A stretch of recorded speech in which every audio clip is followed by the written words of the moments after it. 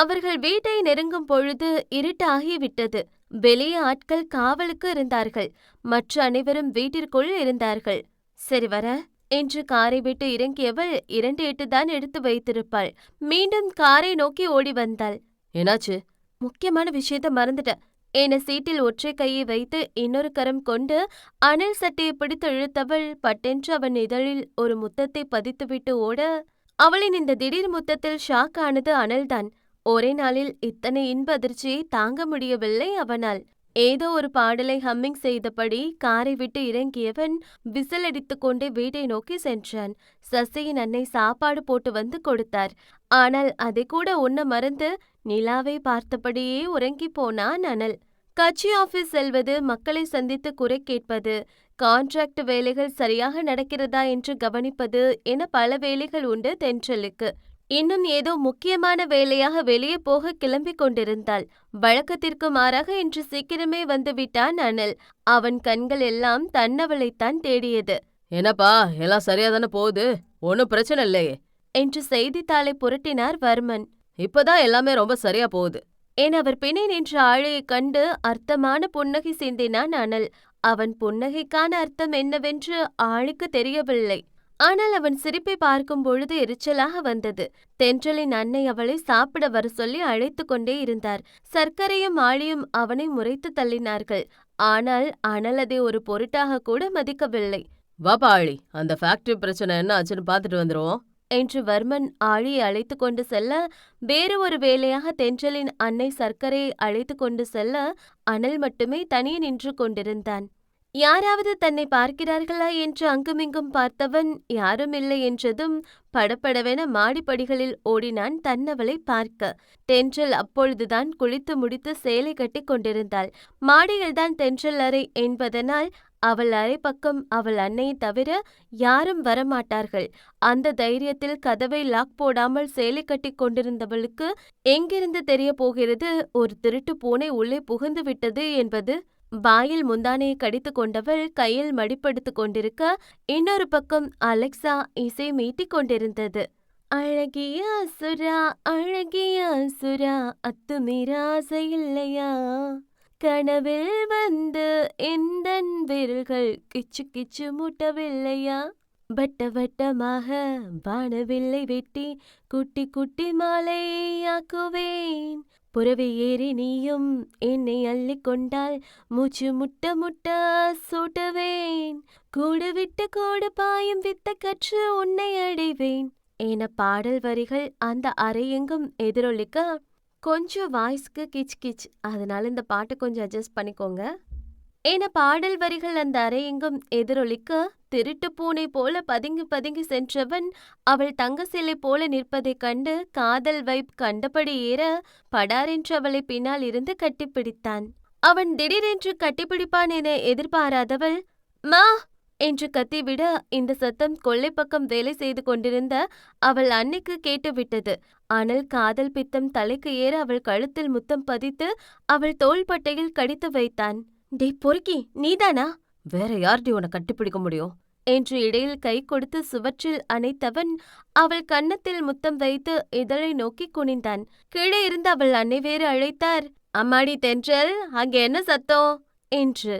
ஹா, ஒன்னும் இல்லம்மா, ஒரு திருட்டு பூனை உள்ள வந்துருச்சு, நீங்க வேலை பாருங்க, இந்த பூனையை நான் பாத்துக்கிறேன் என்று அர்த்த புன்னகை செய்தவள் அவன் சட்டையை பிடித்து இழுத்து அவன் இதழ்களை கவ்வி மெத்தையில் விழுந்தாள்.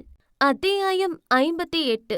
அவள் இடையுடன் சேர்த்து அணைத்து மெத்தையில் விழுந்தவன் அவள் கழுத்து வளைவில் முகம் புதைத்தான். அவளிடம் ஒவ்வொரு முறையும் மீள முடியாதபடி சிக்கிக் கொள்வதாய் தோன்றியது அவனுக்கு. வசியம் மறந்து வச்சிருக்கியாடி. அவள் கழுத்திலே சொர்க்கத்தை உணர்ந்தவன் அவள் காதை நோக்கி முன்னேற, அவள் இதழில் மெல்லிய புன்னகை. ஏ என்றாள். உன்னை விட்டு விலகி இருக்கவே முடியல, வசியக்காரிடி நீ. அவள் கூந்தலில் வாசம் பிடித்தவனுக்கு இயற்கையிலேயே பெண்களின் கூந்தலுக்கு மனம் உண்டோ என்ற சந்தேகம் உண்டானது. அதற்கும் அவள் எந்த ஒரு மேக்கப்பும் செய்வதில்லை. அவள் இயற்கையாகவே அழகுதான். ஆனா அந்த வசியக்காரியை விட மேனா மினுக்கிகளை தான் அவனுக்கு பிடிக்கும். அவள் இதழை சுளித்தபடி சொல்ல, பழசு எல்லாம் குத்தி காட்ட ஆரம்பித்து விட்டாள். என்றாவது ஒரு நாள் கேட்க நினைத்ததுதான். ஆனாலும் சற்று கோபம் கொள்ளாமல் தான் கேட்டாள். அவன் இதழில் ஒரு குறும்பு புன்னகை. யார் சொன்னா? அந்த புன்னகை மாறாமலே கேட்டான். நீதான் சொன்ன. அவள் இதழ் சுளித்து சொன்னாள். ஏனோ அவன் முடியை கொத்தாக பிடித்து மாவு ஆட்டும் ஆத்திரம் வந்தாலும் இது அதற்கான நேரம் இல்லை. மீண்டும் சிரித்தான். நான் ராமன்னு சொல்ல மாட்டேன்டி. ஆனா அந்த ராவணன் சீதா தேவி கிட்ட லாக் ஆன மாதிரி நான் வசமா உன்கிட்ட மட்டும்தான் லாக் ஆனேன். எந்த பொண்ணையும் தொடாதவன் உத்தமன்னு சொல்ல மாட்டேன். ஆனா உன்னை பார்த்த அப்புறம் எந்த பெண்ணையும் நான் நிமிந்து கூட பார்க்கல. அது எந்த அளவுக்கு உண்மையோ அந்த அளவுக்கு உன் மேல வச்சிருக்க அன்பும் உண்மை. அடிச்சு விடு. கேக்குறவன் கேன பையன்னா டிஆர் போட்ட பாட்டுக்கு கேஆர் விஜயா டான்ஸ் ஆடினாங்கன்னு சொல்வ போல. என்ன பழமொழிடி இது? நீ ரொம்ப மாறிட்டு தெரியுமா? அவன் இதழில் அழகாய் எட்டி பார்த்தது புன்னகை ஒன்று. பக்கத்து வீட்டு பையன் சொல்லிக் கொடுத்தான். அவள் சிறுபிள்ளை போல பேசினாள். அனல் அவள் நெற்றியில் விழுந்த பூனை முடியை காதோரம் விலக்கி விட்டபடி அவள் கண்களுடன் அவன் கண்களை கலக்க விட்டான். அவளை பிடித்திருந்தது. அவளை அதிகமாகவே ரசிக்கிறான்.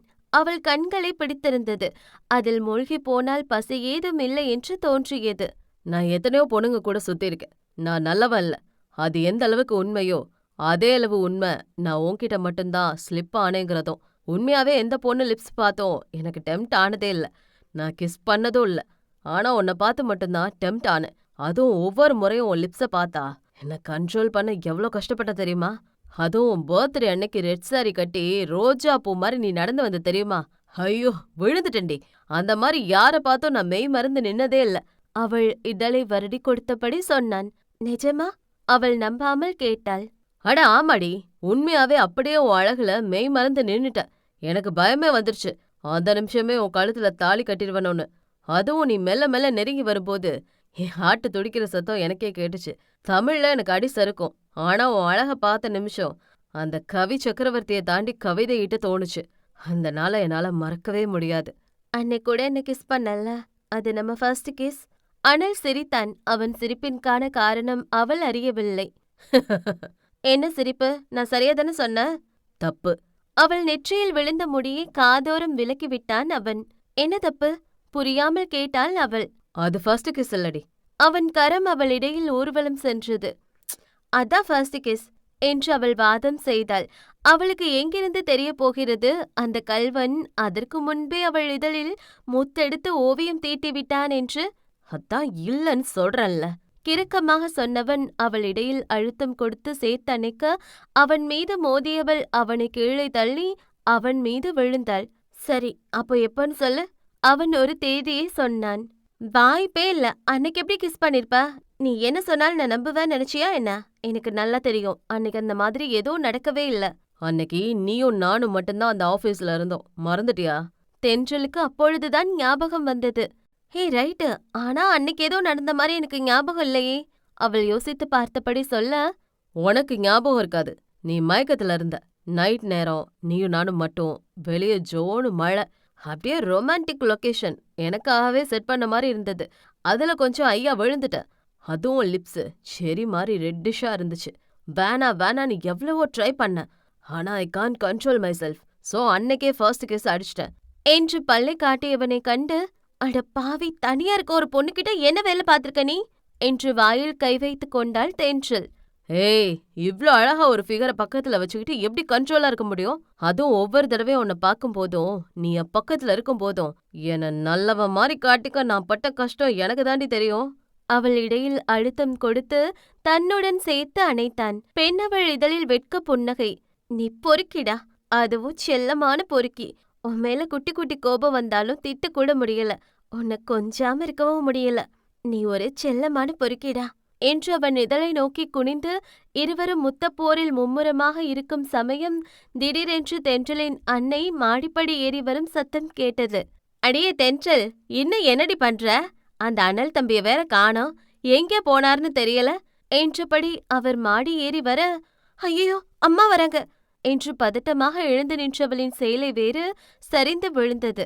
வந்தா வந்துட்டு போட்டு செல்லும் என்று அவள் கையை பிடித்து இழுத்து அவன் இன்னும் கிறக்கத்திலே இருந்தான். ஏ பொறுக்கி, அம்மா வராங்க, சீக்கிரம் எந்திரிடா என்று இருவரும் வேகமாக எழுந்து கொள்ள, இப்ப என்னடி பண்றது? சற்று ஜெர்க்காகி கேட்டான். இதெல்லாம் ரூமுக்கு வர்றதுக்கு முன்னாடி யோசிச்சிருக்கணும். எங்கேயாவது ஒளிஞ்சுக்கோ. ஆனா எங்க? எங்கேயாவது என்று கட்டிலை நோக்கி கையை காட்டினாள். அனல் அவசரமாக கட்டிலின் கீழ் சென்று ஒளிந்து கொள்ள தென்றல் அன்னையும் அவள் அறைக்குள் வந்திருந்தார். என்னடி இன்னும் சேலை கூட கட்டாம நிக்கிற? இவ்வளவு நேரமா என்ன பண்ண? ஆ முக்கியமான ஃபோன் வந்தது. அதான் பேசிட்டு இருந்தேன். அந்த அனல் தம்பிய சாப்பிட சொல்லலான்னு பார்த்தா ஆள காணோம்டி. என்கிட்ட கேட்டா எனக்கு என்னம்மா தெரியும்? என்னமோ நான் தான் அவரை என் ரூம்குள்ள ஒளிச்சு வச்சிருக்க மாதிரி கேக்குற? ஏன் அவள் வார்த்தையில் கொஞ்சம் தடுமாற்றம். அட சும்மா கேட்டேன்டி. உடனே உனக்கு மூக்குக்கு மேல கோவம் வரும். ஆமா அதென்ன கழுத்துல செவந்து போயிருக்கு? என்று அவர் தொட்டு பார்க்க வர பட்டென்று விலகி நின்றாள் தென்றல். எல்லாம் அவளின் செல்ல பொறுக்கி செய்த சேட்டைதான். ஆ பூச்சி கடிச்சிருச்சு போல, நான் ஆயில்மெண்ட் போட்டுக்கிறேன் என்று உளறி கொட்டினாள். தொட்டு கூட பார்க்க கூடாதா? அம்மா அப்புறம் இன்ஃபெக்ஷன் ஆயிடும். நீ போமா, எனக்கு லேட் ஆச்சு என்று அவரை அனுப்பி வைப்பதிலே அவள் கவனமாக இருக்க, அதென்னடி என்ன வெளியே அனுப்புறதுல உனக்கு அம்பிட்டு ஆர்வம்? இம்பிட்டு நேரம் என்ன பண்ணியோ என்று புலம்பியபடி திரும்பியவர் கீழே அவள் துணிகள் அங்குமிங்கும் சிதறி கிடப்பதைக் கண்டார். என்னடி இப்படி போட்டு வச்சிருக்க? பொட்ட பிள்ளை இப்படித்தான் ரூம வச்சுக்கிறதா? எத்தனை தடவை தான் உனக்கு சொல்றது? என்றவர் பட்டென்று கீழே குனிந்து துணிகளை எடுக்க, அனல் கட்டிலுக்கு கீழ்தான் ஒளிந்திருந்தான் என்பதனால் தென்றலோ அதிர்ச்சியில் கண்களை விரித்தாள். அவர் அன்னையின் கண்களிலும் அதிர்ச்சி. என்னடி இது என்றவர் அதிர்ச்சியுடன் மகளை திரும்பி பார்க்க, செத்தோ என்று நெற்றியை பிடித்துக் கொண்டாள் தென்றல். அத்தியாயம் 59.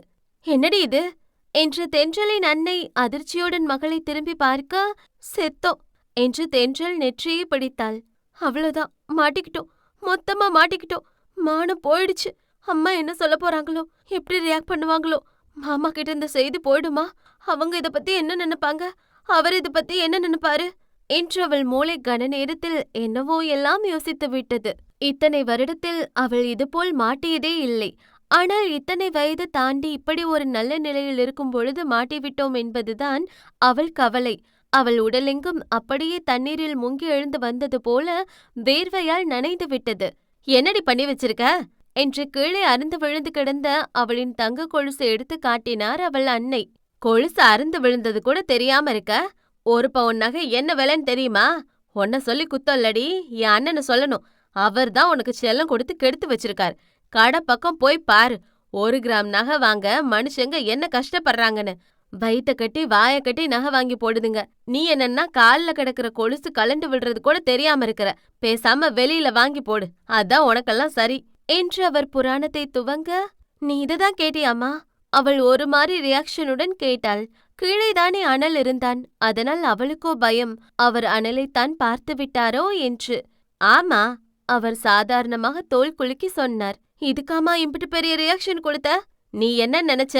தங்கம் விலை என்ன ஏத்த ஏறுது, கவனமா வச்சுக்க வேண்டாமா? ஆமா, நீ எதுக்கு இப்ப பயப்படுற? வேற எதையாவது தொலைச்சிட்டியா என்ன? அதெல்லாம் ஒண்ணும் இல்ல. நீங்க கொடுத்த ரியாக்ஷன் பார்த்து நான் பயந்துட்டம்மா. சரி நீங்க போங்க, நான் கிளம்பி வரேன். நீ எதுக்கு என்ன துரத்தி விடுறதுல இம்பிட்டு கவனமா இருக்க? உன் நடவடிக்கை எதுவும் சரியில்லை. அம்மாவுக்கு தெரியாம ஏதாவது திருட்டுத்தனம் பண்றியா என்று சந்தேகமாய் கேட்டார். அம்மா அப்படிலாம் ஒன்னும் இல்லம்மா, ட்ரெஸ் மாத்தணும். உன்னை வச்சுக்கிட்டா மாத்த முடியும், அதான். வாய்க்கு வந்ததை அடித்து விட்டாள். ஏன் மாத்தனா என்ன? உன்னை பெத்தவடி நானு, அவர் மார்த்தட்டி சொன்னார். தெலுங்கு பட டைட்டில்லாம் சொல்லாம கம்முன்னு போமா பேசாம. அவளுக்கு அவள் அன்னை உள்ளே இருக்கும் ஒவ்வொரு நொடியும் திக் திக் என்றுதான் இருந்தது. அது இருக்கட்டும், அந்த மெத்தையில இருக்க காப்பு யாரோடது? அவர் கழுகு பார்வை ஒவ்வொரு பக்கமும் ஸ்கேன் செய்து கொண்டே இருந்தது. தென்றலும் அப்பொழுதுதான் அதை கவனித்தாள். அவள் அனலுக்காக தேடி தேடி ஆசையாக வாங்கிய காப்பு அது. அதை அத்தனை எளிதில் மறக்க முடியுமா என்ன? அவளுக்கு ஆச்சரியம் எல்லாம் அவன் இன்னும் அதை வைத்திருக்கிறான் என்பதுதான். தாண்டி கேக்குறேன், இது என்ன? ஆ வந்து அது கட்சி ஆபீஸ்ல ஒருத்தர் மருந்து வச்சுட்டு போயிட்டாரு. அவர்கிட்ட கொடுக்கணும். ஏன்னா அவர் அடுத்த கேள்வி கேட்கும் முன் கதவை அடைத்தவள் பதட்டமாக கட்டிலின் கீழ் குனிந்து பார்க்க, அங்கே அனல் இல்லை. என்னையா தேர்ற என்று சத்தம் கேட்டு திரும்பி பார்க்க, அனல் கபோர்டு உள்ளே இருந்து எட்டி பார்த்தான். கியூட்டாக வளர்ந்த குழந்தை போல் இருந்தவனைக் கண்டு அவள் இதழில் மெல்லிய புன்னகை கீற்று.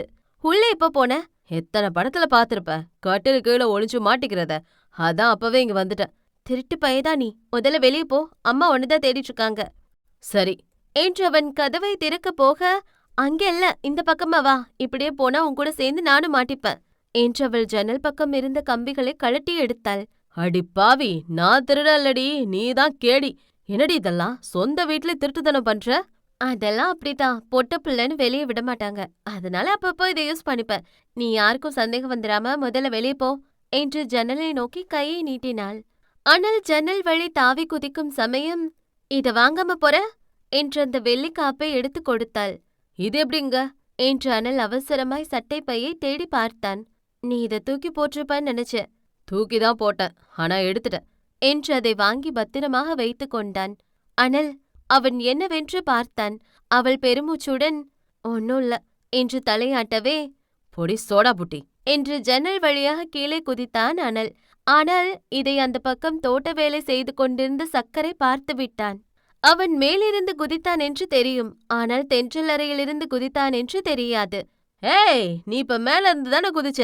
"இல்லையே, நான் இப்பதான் இந்த பக்கமா பாத்ரூம் போயிட்டு வரேன்" என்று சற்று மலட்டி கொள்ளாமல் பொய் சொல்ல, "பொய், நீ மேல இருந்து தான் குதிச்ச, நான் அதை பார்த்தேன். உன் கண்ணுல என்னமோ பிரச்சனை போல, சீக்கிரமே டாக்டர் கிட்ட போய் செக் பண்ணு, இல்லைன்னா நைட்டு தூங்குறதுக்கு முன்னாடி முன்னாடி 2 கண்ணையும் கழட்டி மாட்டினு வை, கண்ணு சூப்பரா தெரியும். வரட்டுமா என்று நங்கென்று அவன் தலையில் ஒரு கொட்டு வைத்து ஓடியவனைக் கண்டு அவன் வாயை பிளந்தான்.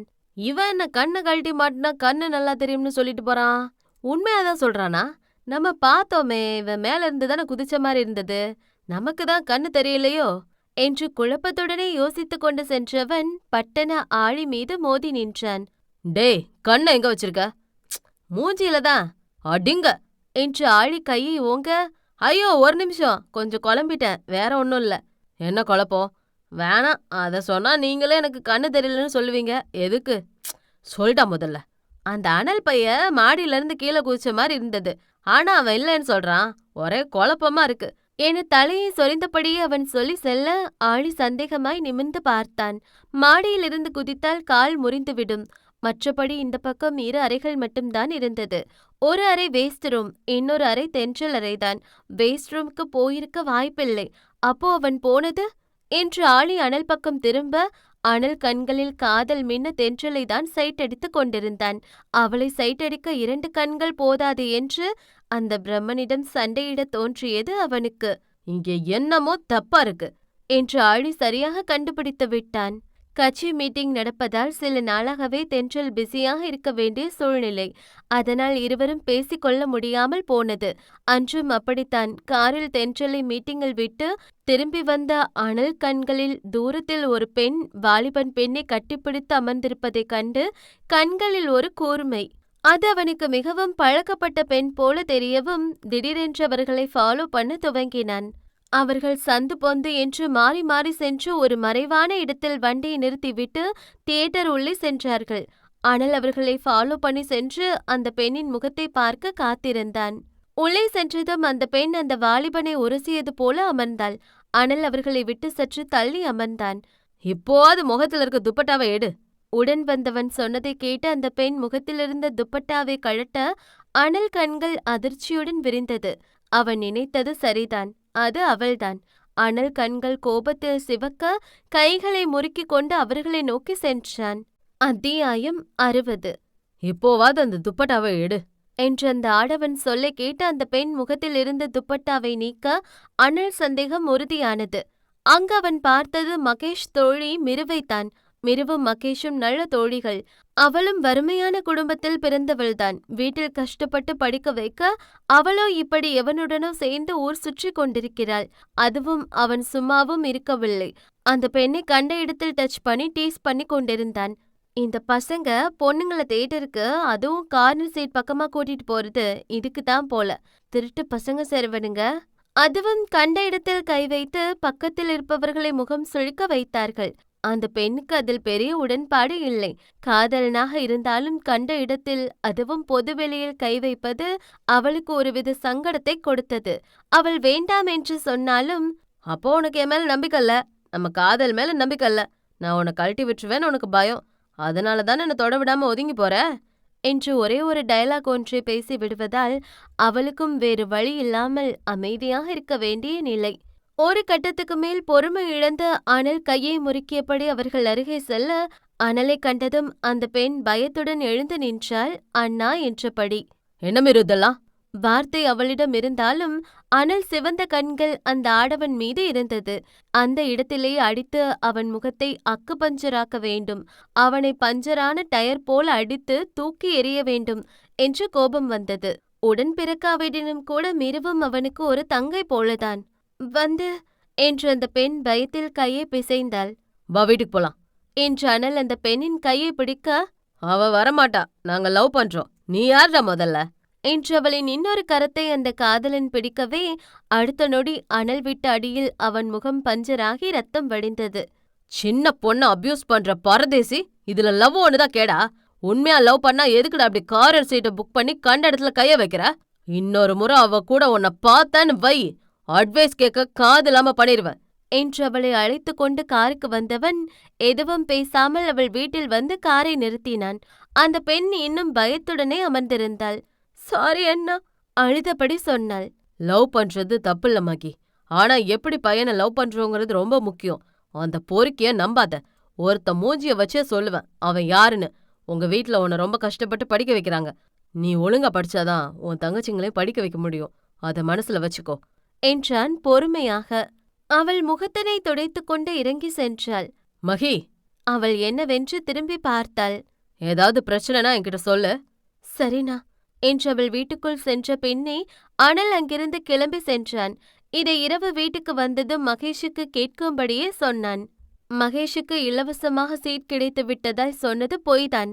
அப்படி சொன்னால்தான் அவள் படிக்க செல்வாள் என்று பொய் சொன்னான். அவளுக்கே தெரியாமல் அவள் காலேஜ் படிக்க தேவையான மொத்த செலவையும் அனல்தான் பார்த்து கொள்கிறான். ஆனால் அது அவளுக்கு தெரியாது.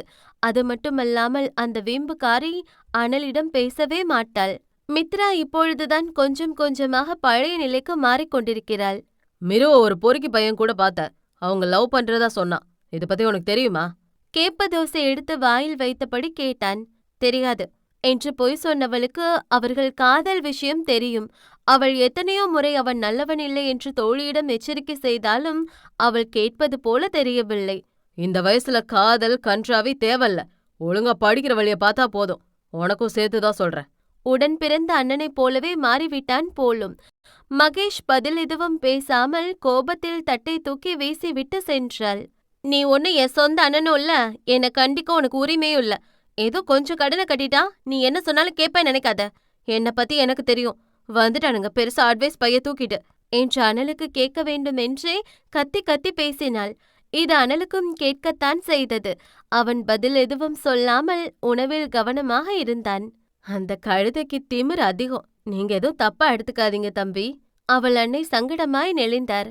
எனக்கு புரியுது என்று விட்டத்தை வெறித்தவன் அண்ணா ஸ்தானத்திலிருந்து அவர்களை காக்க நினைக்கிறான். அதனால்தான் உரிமையாக கண்டிக்கிறான். ஆனால் அது அந்த கிறுக்கிக்கு புரியவில்லை. கிட்டத்தட்ட ஒரு வாரத்துக்கு மேல் ஆகிவிட்டது அனல் தென்றலுடன் காதல் வசனம் பேசி. அன்று தென்றல் வீட்டில்தான் இருந்தாள்.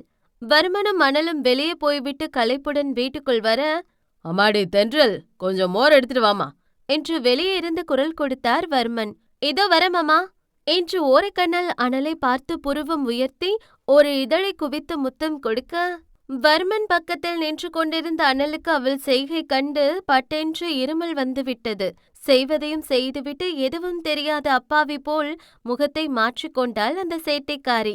அச்சோ, தம்பிக்கு இருமல் வந்துருச்சு, நீ அவர்கிட்ட மோர கொடு என வர்மன் அவசரப்படுத்த, மாமா அதுல பச்சை மிளகா போட்டிருக்கேன், இருமும் போது காரம் கொடுத்தா இன்னும் தான் இருமல் வரும். அப்படியா? அப்படின்னா தம்பிய கூட்டிட்டு போய் தண்ணி கொடு.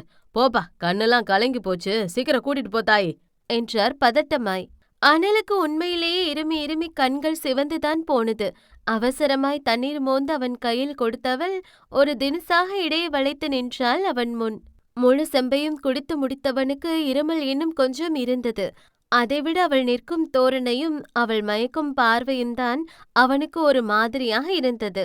முந்தானை எடுத்து இடுப்பில் சொருவியவள் ஒரு மார்க்கமாய் அனலை நோக்கி நடந்து வர, அனலோ பதட்டமாய் பின்னால் நகர்ந்து சுவற்றில் முட்டி நின்றான். ஏண்டி அப்படி பாக்குற? அவன் வார்த்தையில் ஒரு தடுமாற்றம். ஏன் பார்க்க கூடாதா? அவள் பேச்சில் ஒரு நக்கல். ஏன் பக்கத்துல வர? அவனுக்கு நகர இடம் இல்லாமல் மசாலா நிறைந்த கபோர்டில் முட்டி நின்றான். ஏன் வரக்கூடாதா என்று அவனை உரசும்படி நின்றவள் அவள் விரல்களால் மெல்ல அவன் உடலில் வருடி கொடுக்க, ஏன் தொட்டு பேசுற? அவன் வார்த்தையில் சுருதி குறைந்தது. ஏன் தொடக்கூடாதா? அவள் வார்த்தையில் மோகம் கூடியது. இது தப்புடி. வாய் மட்டும்தான் அப்படி சொன்னது. ஆனால் உள்ளே மனமோ அவள் நெருக்கத்தில் கிறங்கியது உண்மை. ஒரு வாரமா ஒழுங்கா பார்க்கல, ஒழுங்கா பேசல, ஒரு லுக் இல்ல, கிஸ் இல்ல, டச்சும் இல்ல, டீஸும் இல்ல. இந்த கவலை கொஞ்சமாவது இருக்காடா உனக்கு? என்று அவன் இடையில் சென்று அவள் விரல்கள் பட்டென்று கிள்ளிவிட, ஆ என்று கத்த வந்தவனின் வாயில் இன்னொரு கரம் கொண்டு பொத்தி விட்டாள். இல்லையெனில் அவன் சத்தம் அந்த வீடு எங்கும் ஒலித்திருக்கும். நீ விலகி போடி, எல்லாரும் வெளியே இருக்காங்க, பார்த்தா பிரச்சனை ஆகும். அப்படின்னா ஒரு உம்மா கொடு என்று அவள் கன்னத்தை காட்ட அவனுக்கு இன்ப அவஸ்தை. அதனால் பட்டும் படாமல் இதழ் ஒட்டி எடுத்தான். ஐயா, என்ன இது? இது பாப்பா உம்மா. எனக்கு இதெல்லாம் வேணாம். நீ கொடுக்கிற உம்மால பாப்பாவே கிடைக்கணும். அப்படியே ஒரு உம்மா கொடு. ரொம்ப கெட்டு போயிட்டடி. ஆனால் அவளை பொய்யாக முறைத்தான். தெரியும்டா பொறுக்கி கொடு என்றவன் சட்டையை பிடித்து இழுக்க, அனல் மெல்ல அவள் இதழை நோக்கி குனிந்தான். அதே சமயம் சாப்பிட்டு விட்டு கை கழுவ ஆளி கிச்சன் நோக்கி வந்து கொண்டிருந்தான்.